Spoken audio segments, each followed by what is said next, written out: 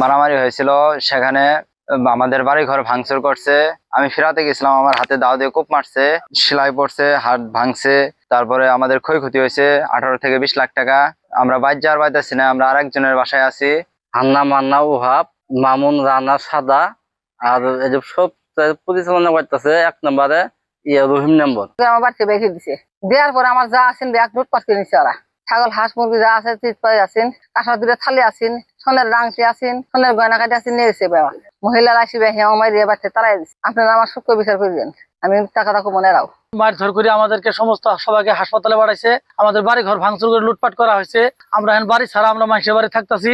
এই সরকারের কাছে, প্রশাসনের কাছে সবাই আমরা অকুল ভাবে আবেদন জানাই, এর জন্য সুস্থ তদন্ত করে বিচারের মুখোমুখি করা হয়।